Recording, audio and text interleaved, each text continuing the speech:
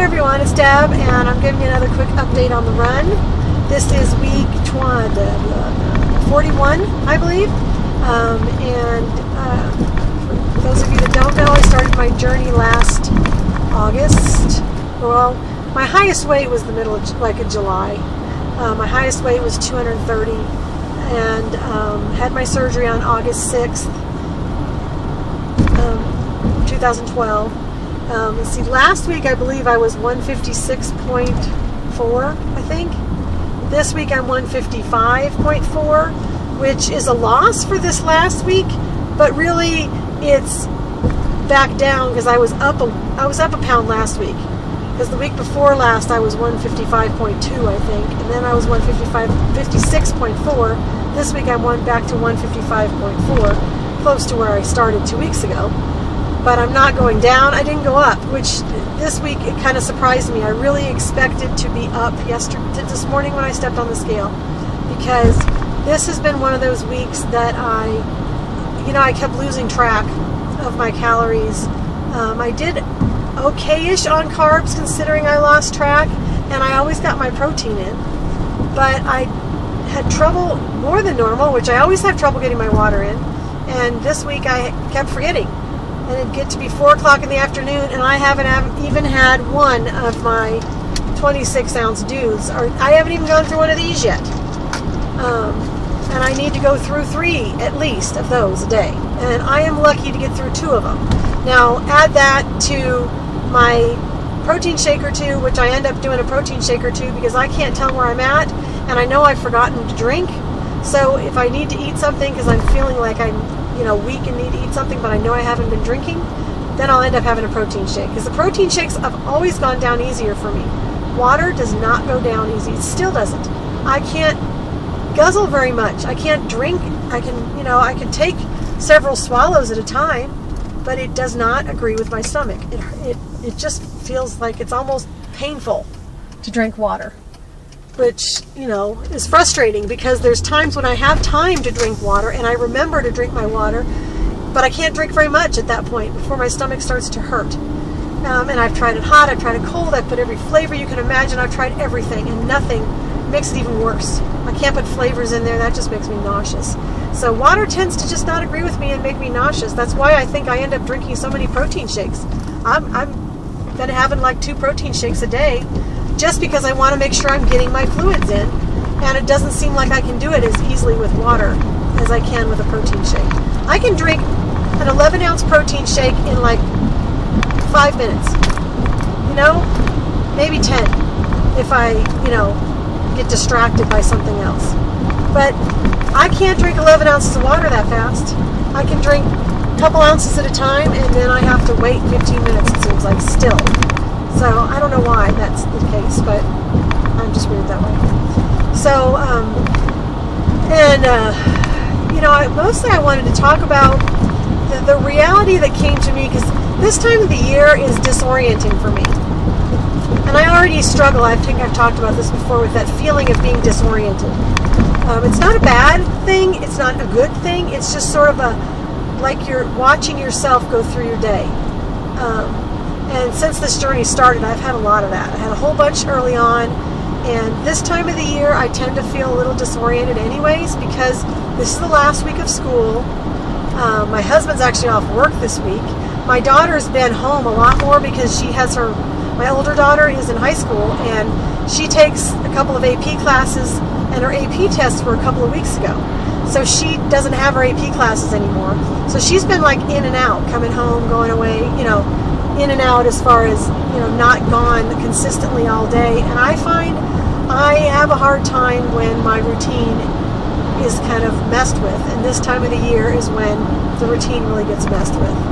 And then once summer starts and the kids are out of school, I try to get a routine going, but it's really hard to establish where there isn't something different every day. And I know that throws me off. And that's why I'm really glad I had my surgery last August, because it was right a couple weeks before school started, and so I didn't have to go anywhere for a couple of weeks because they didn't have any plans, anything's going on, so I didn't have to feel like I had to hop in the car and drive and stuff like that.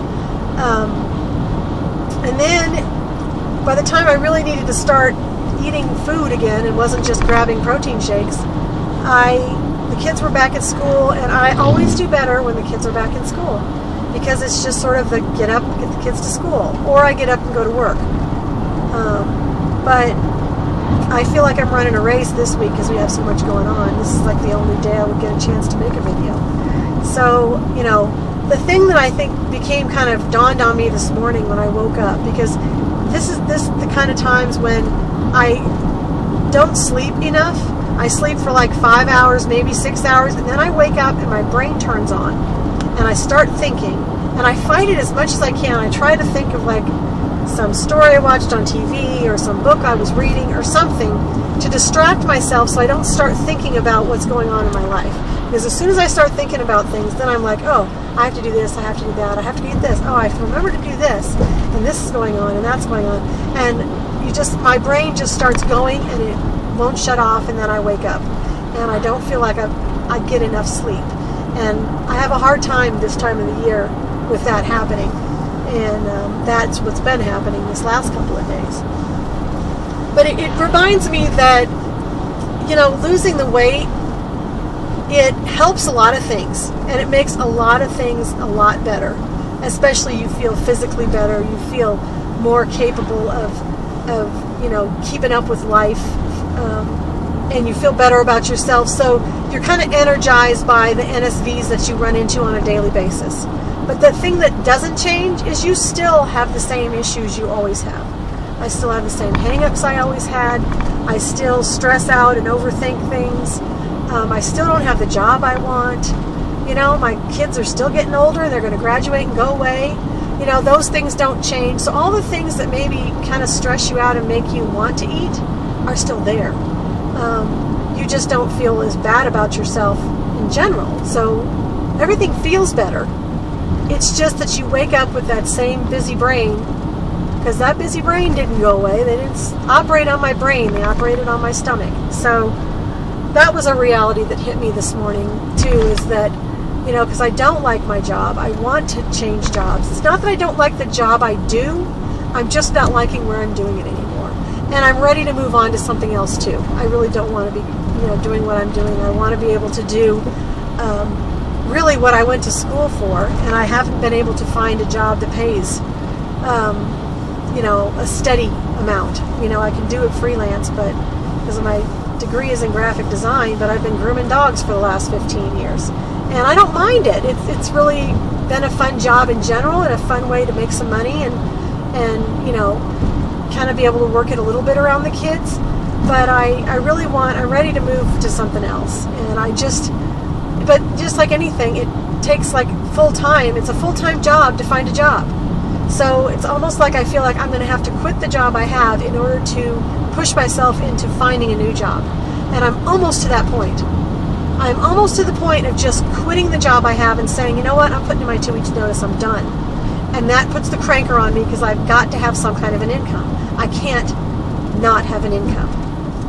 There has to be an income that I have. It doesn't have to be huge, but I have to have it. We are too dependent on my income to have me be without it for any length of time. So that, you know, the pressure's on, but I'm this close to just saying, you know what, I got to put my 2 weeks of notice in and do something else. So we'll see where that goes. But, you know, I'm almost hitting my breaking point, and once the kids are out of school and we get past, you know, birthdays and first communion and last day of school, and, you know, get those first meets under our belt so things aren't quite so intense, then, you know, all of a sudden maybe I'll have a few brain cells to focus on myself. And that's the big thing that's now hanging over my head, because I feel like I don't have any more excuses to not make that change that I want to make. Because I feel like before my excuse was, well, I just don't look the part. I don't have anything, you know, I don't have anything that looks good to wear. I don't feel like I can sell myself. Well, now I feel like I have more confidence to walk in and sell myself. I just haven't had, you know, I haven't gotten my act together there. So, you know, just another day in the life. So anyways, that's all for this week, and I hope everybody's having a good week. Congratulations to all the people. I know there's a lot of new people that have had surgery, and I wish I had time to keep track of everybody and their names, and I want to wish them all good luck. I do get to watch videos. I don't always get to comment, but I do watch, and I like to try to comment so that we can keep the conversations going. But I hope everybody is having a good May and getting nice weather finally, because we are basically getting nice weather now. So anyways, that's all for now. Bye.